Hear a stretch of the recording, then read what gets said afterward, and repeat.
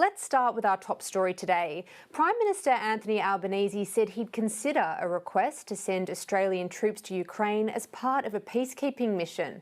It comes after US President Donald Trump paused aid to Ukraine days after a clash with Ukrainian President Volodymyr Zelenskyy in the Oval Office. Now, Australia stands ready to assist. We've contributed $1.5 billion with $1.3 billion for military assistance directly.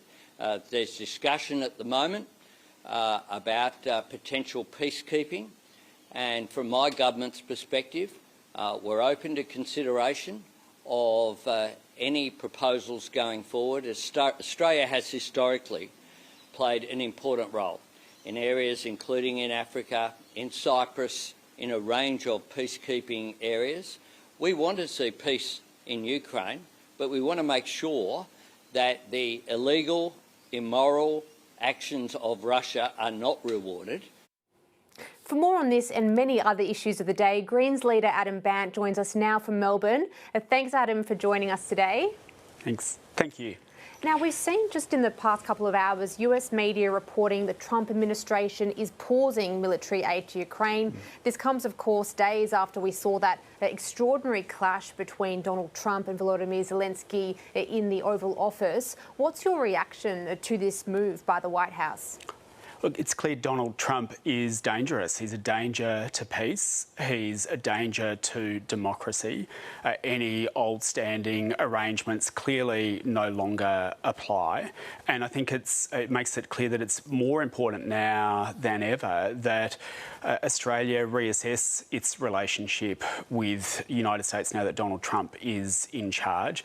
We shouldn't be, Labor and Liberal over many years have drawn Australia now much more closely and in many ways more subserviently to the United States and outsourced large parts of our foreign policy and our defence policy. And now with Donald Trump at the helm, it's time for that relationship to be reassessed and for Australia to have a much more independent relationship that puts our country's interest first, because it's very, very clear and becomes clearer by the day that Donald Trump is dangerous, and Australia, we need a plan B. Well, if this has changed the equation for Australia, as you say, what kind of moves would you like to see from the government? Well, now certainly is the wrong time for Australia to be handing over hundreds of billions of dollars of public money to Donald Trump for submarines that may never arrive. That is not going to make Australia safer or make the world a safer place. That AUKUS arrangement is part of Australia saying it will do whatever the United States says and follow the United States into the next war. Now, we see with Donald Trump's erratic and dangerous actions that is not a good position to be in. We need to ensure that Australia's interests are being put first, not Donald Trump's. And in part, and one of the first things that we should do at the moment, as well as having a sober look at the relationship and reassessing it to ensure that Australia's interests get put first, now is precisely not the time to be spending hundreds of billions of dollars giving that money to Donald Trump when it could be better spent here instead. Okay, so just to unpack that slightly, on AUKUS specifically, can you give our viewers a bit of a sense on how much of a priority you would give, I guess, scaling back support for AUKUS if there is indeed a hung parliament, for example? Would that be a condition for your support in that outcome? Look, the experts are predicting a minority parliament, so that means, of course, that neither Labor or the coalition will have a majority, and they'll need to look to the Greens and the crossbench. Our position is clear in that situation. We will keep Peter Dutton out, and we'll get Labor to act. Our priority areas are tackling the cost of living crisis with reforms like getting dental into Medicare for everyone, and tackling the cost of living by also making the country healthier, also tackling the housing and rental crisis, but seeing some real action on climate as well, stopping Labor opening the over 30 coal and gas projects that they've approved in the last parliament, and also stopping logging of native forests. They're going to be our priority areas. Now, of course, during the term of a minority parliament, there are other issues that can be brought up, and that may well be one of those. But in terms of what our priorities are, that's it. Keep Dutton out and get Labor to act. I understand your priorities there, but just specifically on this issue of AUKUS, would your support hinge on whether, that is reduced, that support for AUKUS is reduced in any way? Well, look, I've just laid out what we would do if the Australian people return a minority parliament, as the experts are predicting. A priority is to keep Peter Dutton out, get Labor to act on the cost of living crisis, the housing and rental crisis, and also climate and environment. And of course, along the way, there will be a number of other issues that during the course of a parliament that can be debated. You get the opportunity to put some of those ideas on the table. I think if there's a debate in the next parliament about whether Australia's got the settings right and whether it has been right for Labor and Liberal to hitch Australia's wagon so closely to Donald Trump, then that's something that could hopefully be aired. In terms of our priorities, let's keep Peter Dutton out and get Labor to act. Thanks. We've also seen a point of difference emerging today between Peter Dutton and Anthony Albanese on Ukraine. The Prime Minister, he hasn't ruled out sending peacekeeping troops to Ukraine. This is in contrast to Peter Dutton. Do you think, given that the US has now paused aid for Ukraine, that Australia should sort of step up and fill that void, if you like, given the US has backed out? Look, I think that we need to look at how we can de-escalate conflict, and one of the things that we would support the government doing is looking at what further measures, including sanctions, could be brought to bear on Russia.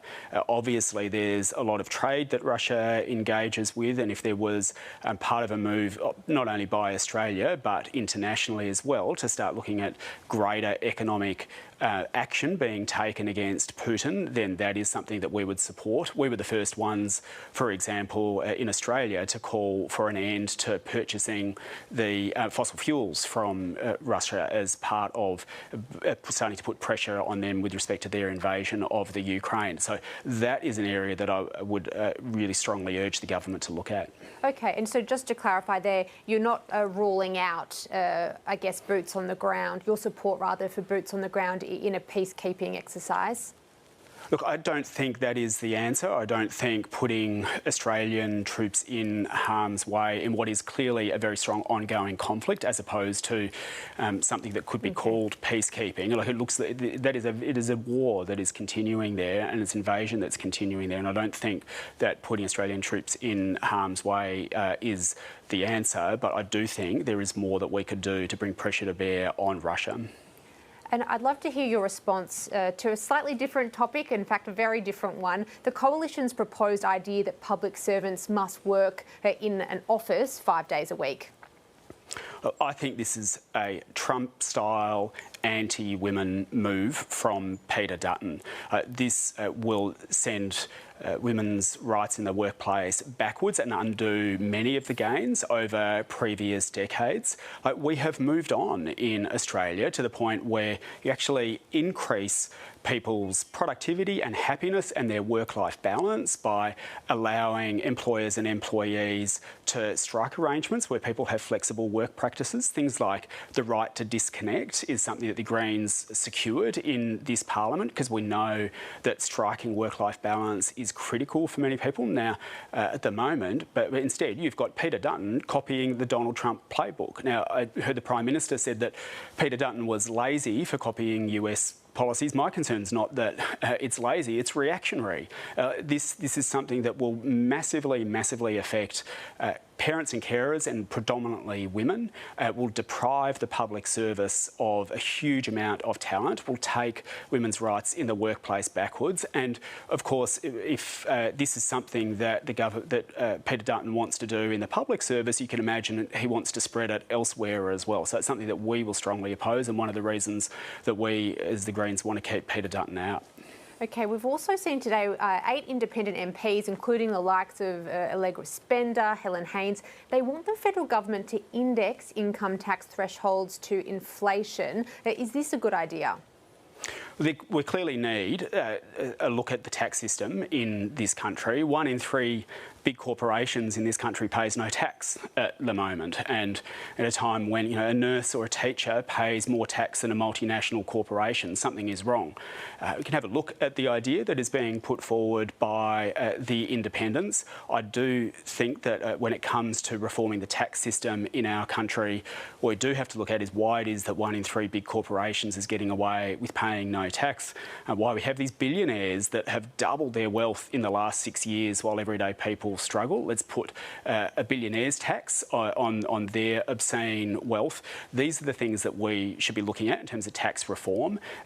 We can tax the billionaires and big corporations to fund the things that people need in this country to live a good life, like dental and Medicare, like ensuring that people can go to university or TAFE without going into massive debt. Like, these are the kinds of tax reforms that we think a minority parliament opens up the chance for. Okay, because we are essentially seeing both sides of politics using bracket creep to fund their election promises. So you do think that tax reform more generally needs to become an election issue?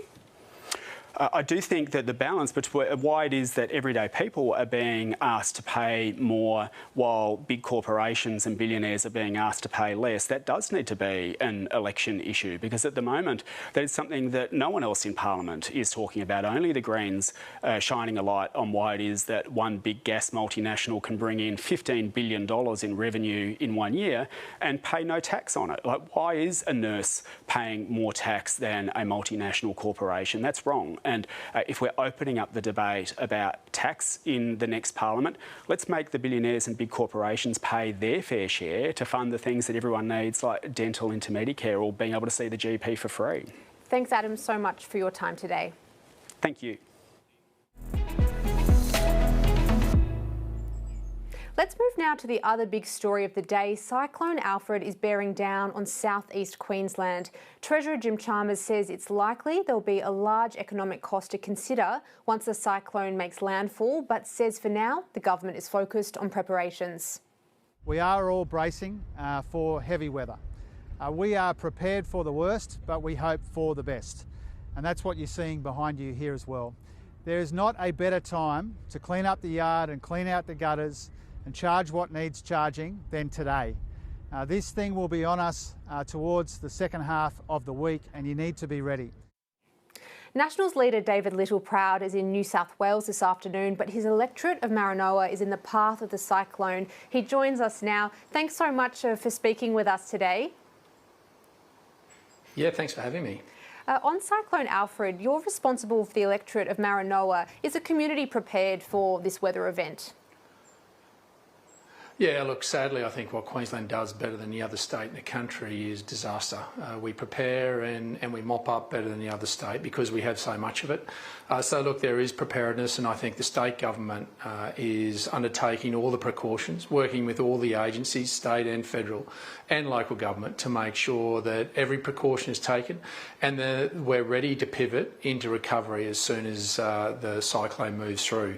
So I think all that we can have now is coordination, but we need cooperation as well, and that's why everyone has a responsibility, because we're going to have men and women who are prepared to give their lives for us, some are volunteering to go out in the eye of this to save some of us if we do something stupid. So it's important we all take responsibility for ourselves and our family and our neighbours to make sure we heed all the warnings, we do what we're asked to do when we're asked to do it. Don't have a she'll be right sort of mentality. We just get on with the job, because there are people that are prepared to put their lives on the line, and we shouldn't put them in fears, in harm's way, if we don't have to. And I think that's where the responsibility of everyone comes, and I think everyone else is living up to that at the moment, all levels of government. It's just time to be ready now. Well, lives and homes are at risk, but there's political consequences from the cyclone too. If the storm's too disruptive, the Prime Minister might delay the election date. Do you think that would be an appropriate decision?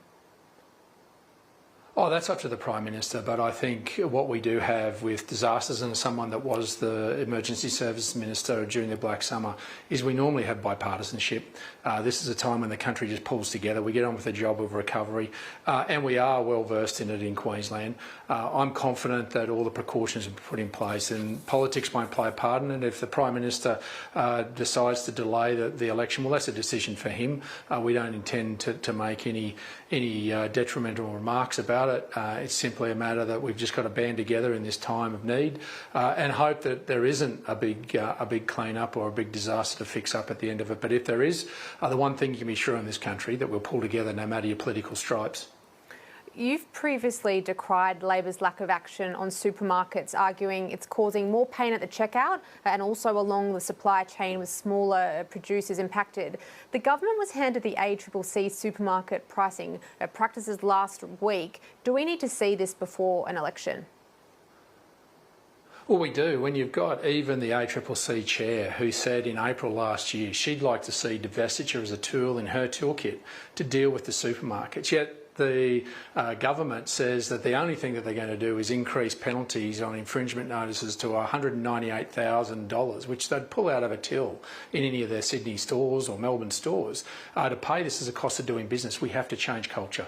And the government aren't even bringing this until April. The cost of living crisis is today. There's Australians tonight that won't eat, and there are farmers that are going out the back door. So not only have we said that those infringement notices should be $2 million, we should scale it up to divestiture powers if they've done the wrong thing. And when you've got that evidence, when you've got the tough cop on the beat, the ACCC telling us that's a tool they'd like, then wouldn't we do it? And we've also said that we should have a supermarket commissioner where farmers can come forward without fear of retribution from the supermarkets who control the market and be able to bring forward their complaints and be triaged either back through the supermarkets or to the ACCC to use those penalties.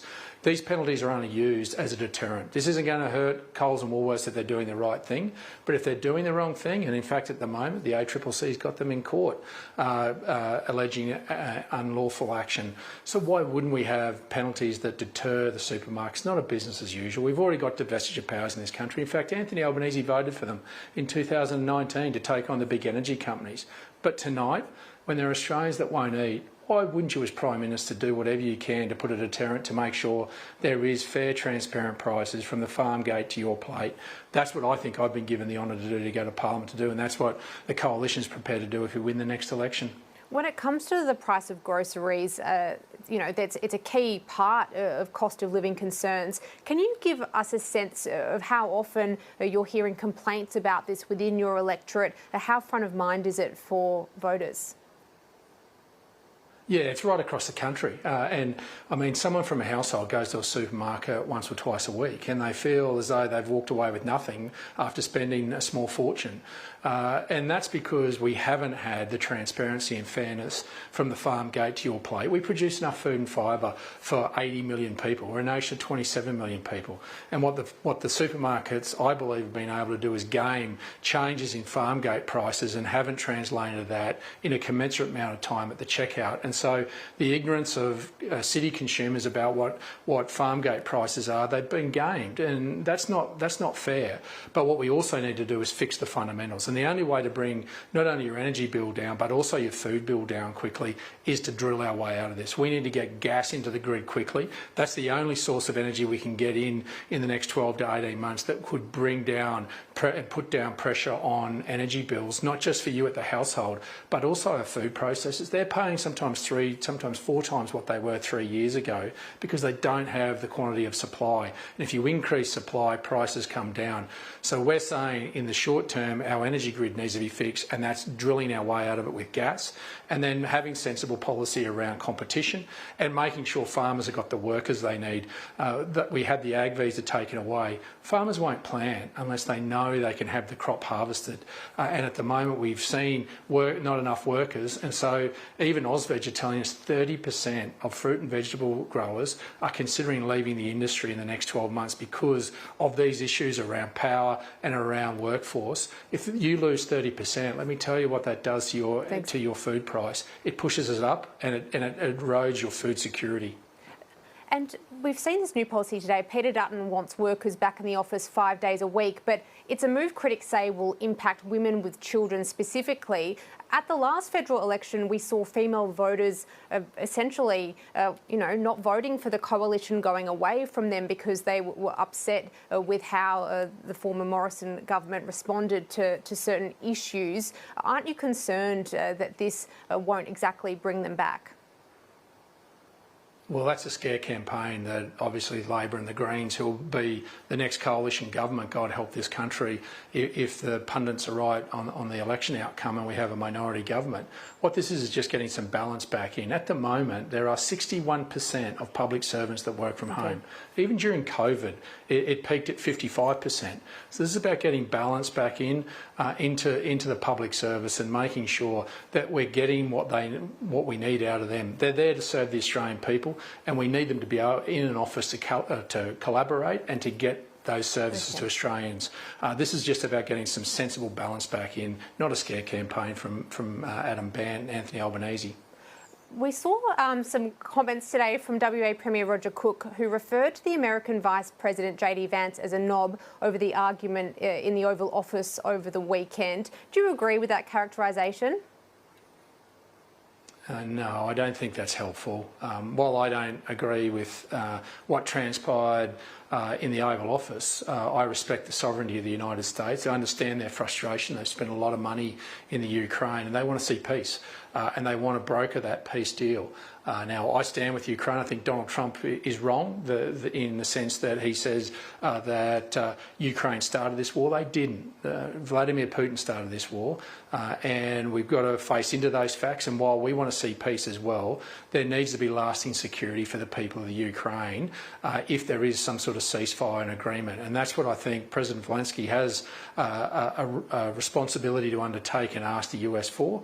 I understand the frustration of the US, but that's not how Australia or a Dutton Littleproud government would undertake diplomatic meetings or press conferences. It's about respect and it's about outcomes and about getting those outcomes with agreement. So on that point then, Anthony Albanese has today said he's open to Australia sending peacekeeping troops to Ukraine. This is a major turnaround from the previous day, yesterday, when the government poured cold water on that idea. Has he outmanoeuvred Peter Dutton here, who yesterday ruled out sending peacekeeping troops, I should say?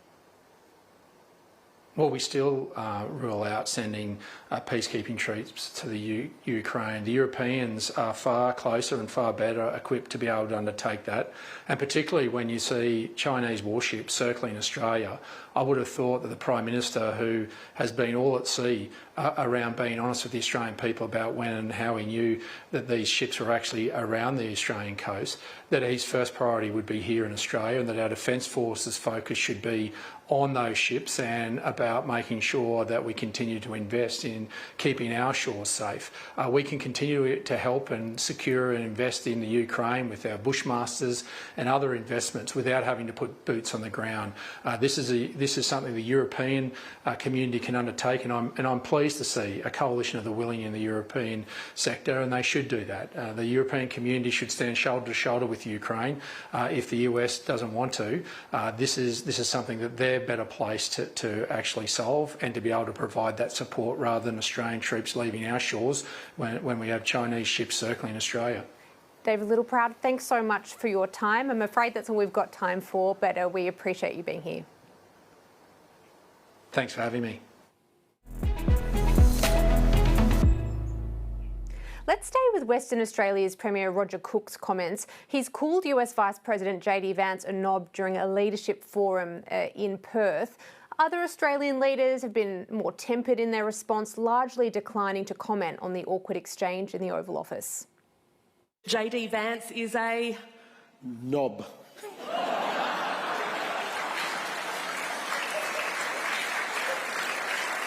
Sorry. You've got to have one unprofessional moment, don't you? That was it.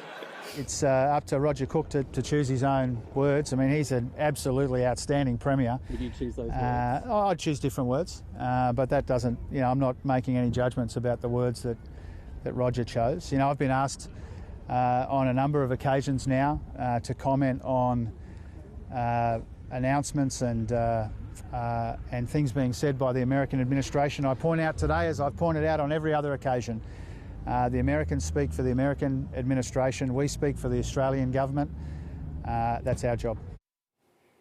To unpack that and much, much more today, let's bring in our political panel, LNP Senator Paul Scarr and Assistant Minister for Competition Andrew Leigh. Welcome to you both to the program. There is plenty of news to get through today. Ultimately, Paul, let's start with you quickly first. You're in Queensland, which is in the path of Cyclone Alfred. How prepared is your community? I think the community is as prepared as it can be. There's very close liaison between all three levels of government, the federal government, the state government, the local government authorities. Sandbags are being made available. People are being given warnings and suggestions and recommendations as to how to prepare. And the community's coming together, as Queenslanders always come together, whether or not it's in North Queensland or in the southeast corner. We come together at times like this and help each other. And Paul, we just heard there before the WA Premier Roger Cook referring to the American Vice President as a knob over that extraordinary argument that took place in the Oval Office over the weekend. Is that an appropriate way for a state leader to be speaking? I don't believe so. I don't believe it is, and I don't believe it's helpful. And from my perspective, I think our focus here in Australia should be on Australia's commitment to the people of the Ukraine. And in respect of that commitment, it's quite bipartisan. And before the last election, the coalition government had a very strong position with respect to assisting the people of Ukraine and Ukraine's right to its sovereignty, its own secure sovereign borders. And that policy has continued, notwithstanding there was a change in government after the last election. So I think we should focus on what Australia's policy is. And Andrew, what did you think? Well, US politics is endlessly interesting, and it's always tempting to express your view every time something happens over in the US. But we're really focused right now on the challenges that Australia faces. As Paul said, preparing for Cyclone Alfred, which is looking like making landfall either on Thursday or Friday of this week.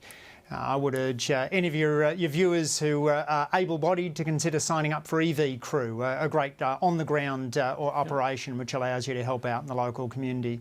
And as Paul said, there's bipartisan support for Ukraine. Australia has given $1.5 billion in assistance, of which $1.3 billion is military aid. We have just seen in the past couple of hours the United States announcing that it's actually going to freeze aid or support to Ukraine. Could I get both of your response to that? Let's start with you, Paul. Well, again, that's a matter for the United States government. And again, I think we should focus on what Australia's position is. And I attended a campaign rally on the 3rd anniversary of the invasion of Ukraine. There were representatives, again, from all levels of government, both major political parties in Australia, and we're on the same page in terms of continuing to provide our support to the people of Ukraine, and that's the way it should be. I was watching Donald Trump's press conference in the early hours of this morning, and in it he said that Volodymyr Zelenskyy needs to show more appreciation. We've then seen these reports that aid will be paused until Volodymyr Zelenskyy demonstrates a good faith commitment to peace. How does this at all, or if at all, Andrew, change the security equation for Australia? Well, you've seen in London a range of European powers stepping in and taking important steps towards a peace. It is really important that we see peace in Ukraine. This is a war started by Russian aggression. Australia has stood steadfastly with the people of Ukraine. I joined with a range of parliamentarians who met with the Ukrainian ambassador to Australia during the most recent parliamentary sitting to again show the solidarity of Australians for Ukraine. We've got the Bushmasters there, the Abrams tanks. We have been a strong supporter of the people of Ukraine, as is appropriate for a fellow democracy, seeing the brutality that has been waged on the people of Ukraine through an utterly unprovoked war started by Russia. There's bipartisanship when it comes to support for Ukraine, but we have seen a point of difference emerging between Peter Dutton and Anthony Albanese when it comes to boots on the ground or potential peacekeeping missions. The Prime Minister today not ruling out sending troops over there. This is in contrast to the opposition leader. Paul, on the politics of this, is Labor outmanoeuvring the coalition here on an issue that the coalition usually feels pretty comfortable in? I don't believe so, and I think the coalition was in government when Russia launched its illegal invasion of Ukraine, And we're at the forefront in terms of an appropriate policy response to that, including providing humanitarian places for refugees from Ukraine to Queensland, many of whom I met shortly after their first arrival. In terms of so-called boots on the ground, I think the point Peter Dutton has made, and I think he's correct, the onus should really be on the Europeans in terms of providing boots on the ground as peacekeepers. And they've got the capacity to do that. Australia has its own obligations in the Asia-Pacific region. And from my perspective, given the Europeans have the capacity and we have our own obligations in our own region, I think that's where our focus should be. Okay, and Andrew, I just wanted to get a sense from you, from the government's perspective. So this openness, I guess, to having boots on the ground is a shift or 180 from the Prime Minister's office's position yesterday. They provided the ABC with a statement saying the deployment of troops wasn't under consideration. Today, there has been a shift in that view. What has, I guess, prompted that change? Well, Olivia, I think we probably don't want to get ahead of ourselves in this. The Prime Minister has simply said that Australia would consider such a request if it was to come through. Paul's quite right that the primary role is going to be played here by the Europeans, as it has been throughout this terrible conflict. And do you think, Paul, that it's even possible to get out from under the US security umbrella, given how close we are as allies with the United States? Is it something that should be considered, given the, I guess, particularly febrile environment in the Oval Office right now? Well, the United States is one of our closest allies and our most important ally, and I think that will continue for decades and decades to come. And the historical links between the two countries and more recently developments such as AUKUS just demonstrate the continuity of that relationship. And I just don't see any change in that relationship, either in the short term, medium term or even the long term. And Andrew, the Coalition today say they want to stop public servants from working from home. The Independent Senator David Pocock has described this as a culture war distraction. What's your response to that? Well, another day, another attack on the public service from Peter Dutton. At first he's saying that we should fire 1 in 5 public servants and go back to the days of robo-debt and excessive waiting times. Now he's suggesting that the kind of modern working arrangements that big Australian corporations extend to their workers shouldn't exist in the public service. What that would mean is that women with caring responsibilities, people with disabilities, would be fired in droves from the public service, and the Australian public would lose out from having less capable people working in the public service. Just to take one example, the wait time for a parental leave application to be processed when we came to office was 31 days. We've got that down to 3 days. We had a backlog of 42,000 veterans claims, and we've dealt with 97% of that backlog. You can't fire 1 in 5 public servants without dramatically worsening the public services in Australia and going back to robo-debt and long wait times. Paul, I'll give you an opportunity to defend the Coalition policy. Why is this a good idea to crack down on public servants working from home? I think we've seen across the whole economy, both private sector and the public sector, dealing with this phenomenon that during the COVID-19 pandemic, more and more people were working from home, and there were reasons for that. But there's been a slow return back to the workplace, and a lot of the private sector businesses I speak to talk about the concern they've had in terms of collaboration in the office, in terms of communication, in terms of productivity. And I think the obvious point is being made that when you've got people working together in the workplace, collaborating, having those hundreds of interactions you have every single day in a workplace, you're more productive and quite often you achieve better results. So the other thing to note is all existing agreements and arrangements will be respected.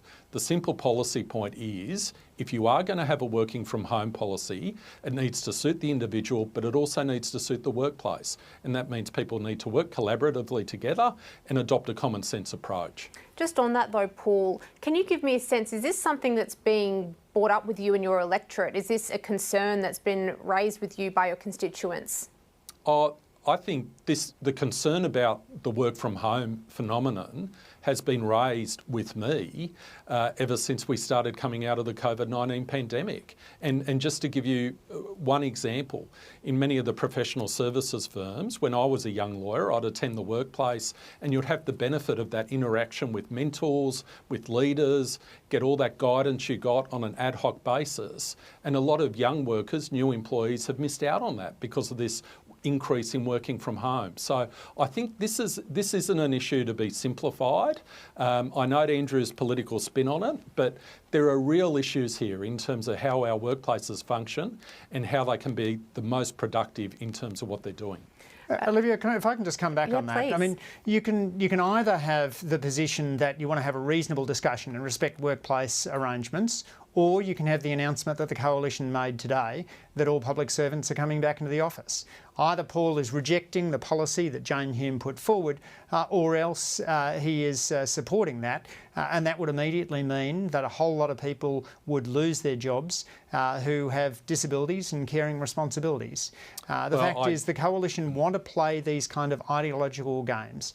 They want to pretend that public servants are all in Canberra. 2/3 of public servants are outside Canberra, and tens of thousands are working in the region.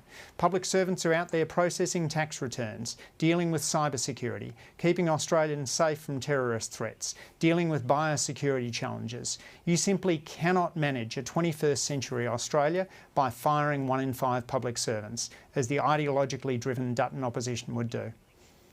So, Paul, maybe if I just go back to you quickly there. I mean, clearly the public service is in the Coalition's sights if they do form government. Ultimately, we saw Peter Dutton just a couple of weeks ago on making that Medicare announcement that ultimately he'll help fund that by, I guess, cutting public servant jobs. Well, I just want to come back to some of the points which Andrew made, and I think it's really important to note that people need to consider what my good friend Jane Hume said in its totality.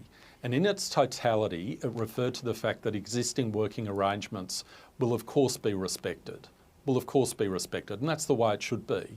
But in terms of moving forward, you need to have work from home arrangements, and it doesn't matter if you're the private sector or the public sector, which are in the best interests of both the employer, in this case the public service, the department, and also the employee. So I think what we're seeing from Labor is a really disappointing scare campaign. A lot of businesses, a lot of workplaces across the world have struggled with this working from home phenomenon, which broke out during the COVID-19 pandemic, or certainly accelerated, and now we're trying to achieve more balance. Look, we do have some breaking news now. China will impose retaliatory additional tariffs of 10 to 15% on certain US agricultural imports from March 10. That's according to a statement from the Chinese Finance Ministry. These goods will include soybeans, pork, beef, fruits, vegetables and dairy products, and those duties to kick in next week by the looks of things. I know this is just happening now, but Paul, do you have a response to that?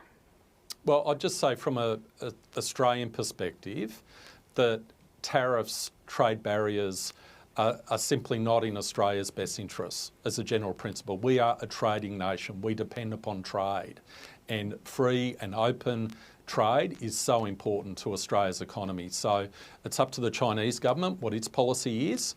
But from Australia's perspective, looking at Australia's perspective, we are a trading nation, and tariffs and other trade barriers are not in our best interest, no matter who applies them. I mean, and Andrew, I'd love your thoughts on this too. At the moment, Australia is waiting to see if we'll be slapped with 25% tariffs on steel and aluminium. Now we're hearing that China is slapping its own tariffs, retaliatory ones, on the US. Do you have a view on this? Well, economists disagree about a range of issues, but one thing on which there's near universal consensus is on the benefits of open markets. Paul's dead right on tariffs. A trade war doesn't have any winners. Australia has benefited from open markets and from our engagement with the rest of the world. We're just 0.3% of the world's population, a small share of the world's economy, and trade allows us to specialise in what we do best and enjoy higher living standards than if we were cut off from the rest of the world. So we'll continue to argue for trade liberalisation, to work through multilateral organisations for an open trading system, and to engage with like-minded partners in order to spread the benefits of open markets, which have been such a key driver of prosperity over recent decades. Andrew, Paul, thank you so much for your time this afternoon. I note that date, the 10th of March, probably no coincidence there because that is when the US tariffs on China are due to take place as well. Anyway, let's take a look at our top stories this afternoon. Tropical Cyclone Alfred is expected to turn towards the southeast Queensland coast today after intensifying into a Category 2 system. It's currently predicted to make landfall in Brisbane's north on Thursday night or Friday morning. The AFL has now postponed 2 opening round matches in Queensland because of the potential impact of Cyclone Alfred. US President Donald Trump has ordered the suspension of aid to Ukraine, according to a White House official. The decision comes just days after Mr. Trump's public argument with Ukrainian President Volodymyr Zelenskyy in the Oval Office. Earlier this morning, the US President slammed Mr. Zelenskyy for suggesting the end of Russia's war in Ukraine is likely very far away. New South Wales public schools will receive an extra $4.8 billion under a deal signed with the Commonwealth. The decade-long funding agreement has been under negotiation for years and brings the state in line with all other jurisdictions with the exception of Queensland. Finance Minister Katie Gallagher has accused the opposition of being out of touch over a proposal to force public servants back to the office. She says public service supervisors have told her that working from home arrangements help with recruitment and make sense for families. Clearly, the opposition have no idea about how modern working families operate. Working from home arrangements are a part of private and public sector workplaces in the modern age. And, you know, I think when you look at the announcements they've made today, apart from opposing sensible continued reforms in WGEA, they've announced they're going to cut services, build $600 billion worth of nuclear power stations, and other ideas are being copied from the United States. I mean, that's the world we're in right now. Today, the Coalition hosed down concerns the policy change would disproportionately impact women. Opposition leader Peter Dutton says women working in the public service would be able to look at job sharing instead. There are plenty of job sharing arrangements and plenty of people who are working from home in particular jobs, and that's all as you would expect. But Australian taxpayers at the moment are struggling to pay their bills, and people refusing to go back to work in Canberra is not acceptable. We need an efficient delivery of government services. I've just been inside here speaking with some of the most dedicated people that we've got in the Queensland Public Service who are here working full-time to keep Queenslanders safe at the moment. And I don't think it's unreasonable that people, like in many other workplaces, are asked to go back to work for that face-to-face contact. For more on this, we're joined by Public Service Union National Secretary Melissa Donnelly. Welcome to the program. Thanks for having me. Peter Dutton wants workers back in the office 5 days a week. Do you think that's a fair request? Flexible work and working from home are important conditions for workers, but they're also important and have proved to be productive for public sector workplaces. Research conducted by the UNSW shows in the Federal Public Service that there's been positive impacts on productivity from working from home arrangements. So we've negotiated fair arrangements, we think, and the evidence shows that they're working well, not just for workers, but for the public services that they deliver to the Australian community. And it's really unfortunate that we're seeing this attack by the opposition, and it's going to have a disproportionate impact on working women. Did you hear in that grab there, Peter Dutton, he was essentially describing this as a push to ensure the efficient delivery of, I guess, services in the public servant space. Do you think that's a fair, I guess, rationale for this push? Oh, absolutely not. If Peter Dutton was worried about the efficient and effective delivery of government services, he wouldn't be going into this election promising to cut 1 in 5 jobs across the public service. This is just another attack on the public sector and public services and all those workers around the country, not just in Canberra, but around the country, who work so hard every day to deliver services for the Australian community. We did hear from, I believe it was Independent Senator David Pocock. He tweeted today that this is just simply a culture war issue being generated by the coalition. What's your views on that? Look, unfortunately, we have seen some importing of the ideology in America into the discussion in Australia about the Australian public service. So there is a culture war element to it, but there are also thousands of public sector workers today who organise their work and their lives around having certain flexibility. That doesn't mean they're working less hard. In fact, in many circumstances, they're working harder and able to work additional hours because 1 day a week they don't have to do the commute and they can pick the kids up from after school care and get them to footy training.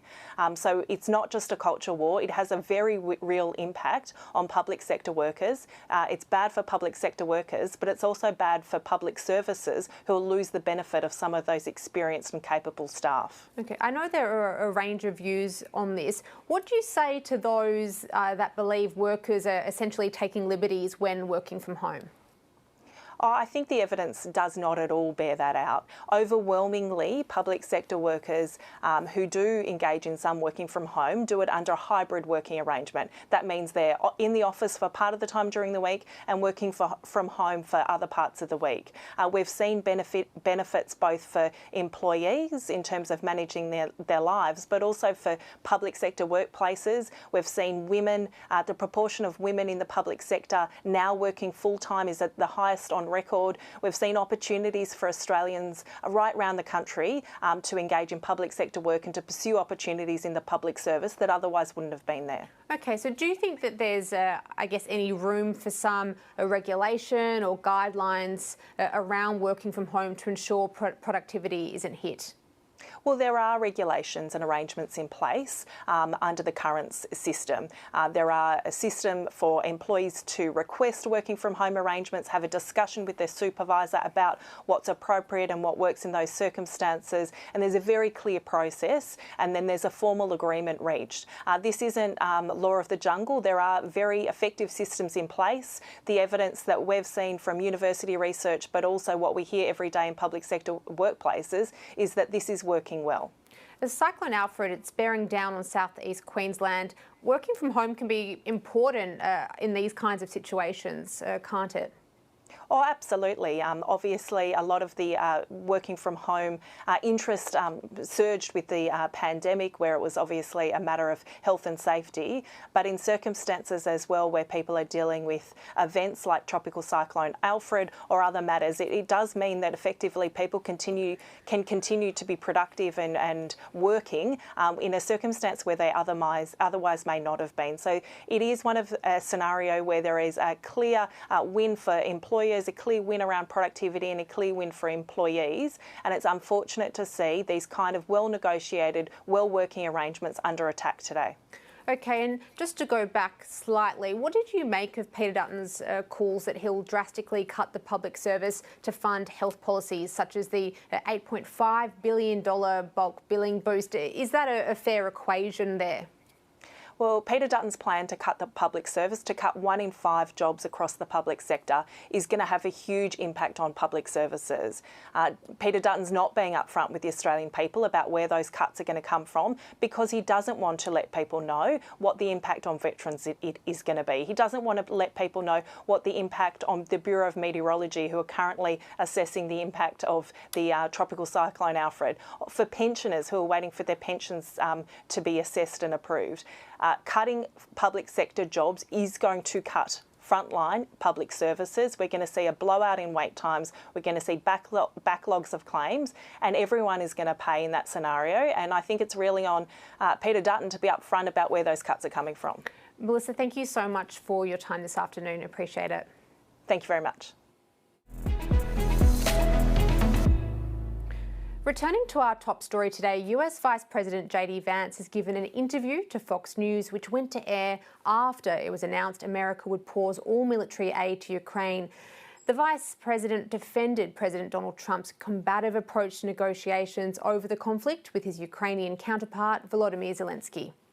The president is actually taking a much more realistic perspective and saying this can't go on forever. We can't fund this thing forever. The Ukrainians can't fight forever. So let's bring this thing to a peaceful settlement. While most Australian leaders continue to tiptoe around the disastrous Oval Office meeting between Trump and Zelenskyy, leaders across Europe have pledged their support for the embattled Ukrainian leader. Joining us now from the ANU Australian Defence College is Matthew Sussex. Welcome to the program. Thanks for having me. Can you explain to our viewers what sort of impact this US decision, that is to pause military aid, will have on the war in Ukraine in the short term? Well, look, in the short term, probably not an enormous amount because the outgoing Biden administration rushed a whole bunch of advanced weapons into Ukraine prior to leaving office. So the Ukrainians at the moment have reasonable stockpiles that will probably last them about, 3 to 4 months. After that, though, it's going to become quite problematic because that shortfall will have to be made up by the Europeans, and the Europeans don't have access to all the advanced weapons that the United States has been providing. So it will have, a real impact on Ukrainian combat power. But that said, they've been able to do very, very well for the past 3 years with often quite limited ammunition, including 6 months last year where US aid just virtually dried up. I mean, even this morning, Donald Trump gave another press conference. He said that he'd like to see more appreciation from Volodymyr Zelenskyy. Does Ukraine have any leverage here? Well, I mean, Ukraine can simply just say, no, we're going to keep on fighting. Whatever deals you might negotiate with Vladimir Putin in the Kremlin, if it doesn't involve us, we don't have to accept it. It was interesting to hear the Polish foreign minister say the other day that if the Europeans were to swing in behind Ukraine and give it military aid, then, conceivably the Ukrainians could stay in the fight pretty much where they are now, at least until the end of the year, if not longer. So I think there is some leverage on behalf of the Ukrainians, and there's also some diplomatic leverage too, in that they could simply try and freeze the United States out by saying, okay, we'll negotiate our own peace plan with the European Union, and then we'll put that on the table and have competing peace plans, which doubtless will be 180 degrees diametrically opposed. Matthew, can you just explain to our viewers just how significant these actions or the shift from the United States is in the context of the international rules-based order that's been in place since the end of World War II? Well, look, it's simply extraordinary. It's upending the rules-based order. It's upending 80 years worth of American foreign and security policy in order to serve Trump's America First agenda. But in doing so, it means that the United States is now finding itself with what a few months ago would have been just unthinkable friends and partners, and those are Russia, North Korea, Iran, and others on the sort of outer of the rules-based order, like Belarus. So for those who seek to sort of champion democracy and stability, this is really a stunning turnaround where the US doesn't just become neutral, but it is almost effectively changing sides. Do you think Australia then needs to, step up and fill this vacuum, or are our hands a little tied?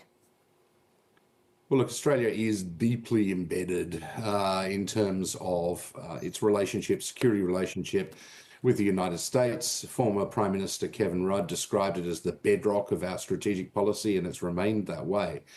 But I think there will be questions asked in Canberra just about how far we are prepared to pursue United States, military security goals around the world.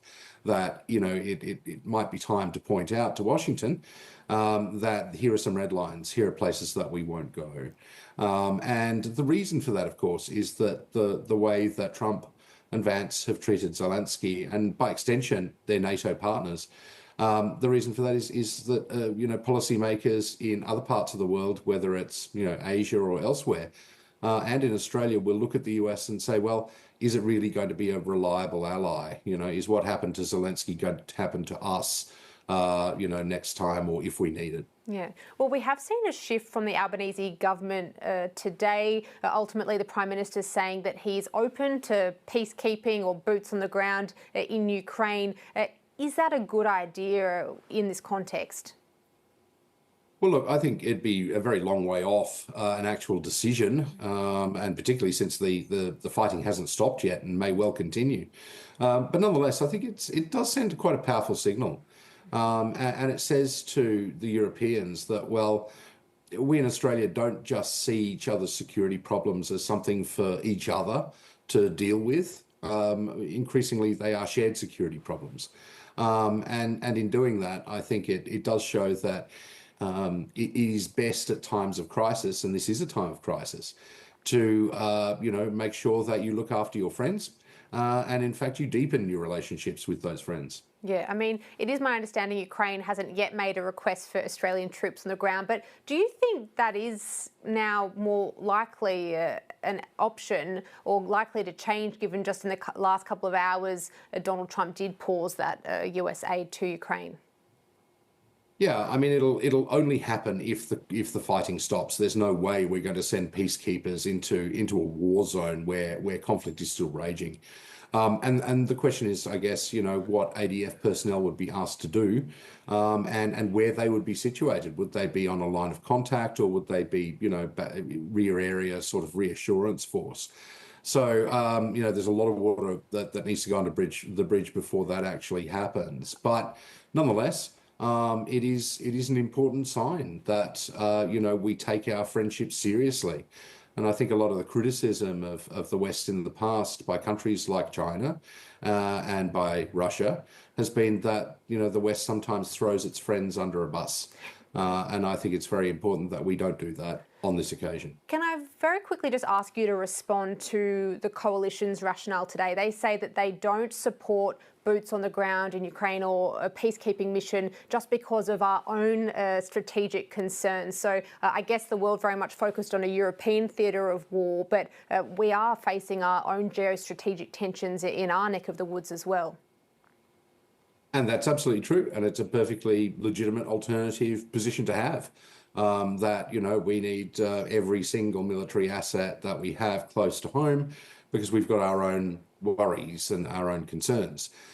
The trouble with that, of course, is that it's a bit of a gamble. And if you need your most powerful ally in the United States to help you and they're not there, then who do you turn to? So I think, this announcement by the Albanese government is interesting in that it potentially starts to open up a plan B or perhaps even a plan C for Australian security policy planning. Thanks so much for your insights today, Matthew. Very much appreciated. That's afternoon briefing for today. Stay with us here on ABC News. Lorna Dunkley is up next with today's top stories. See you soon.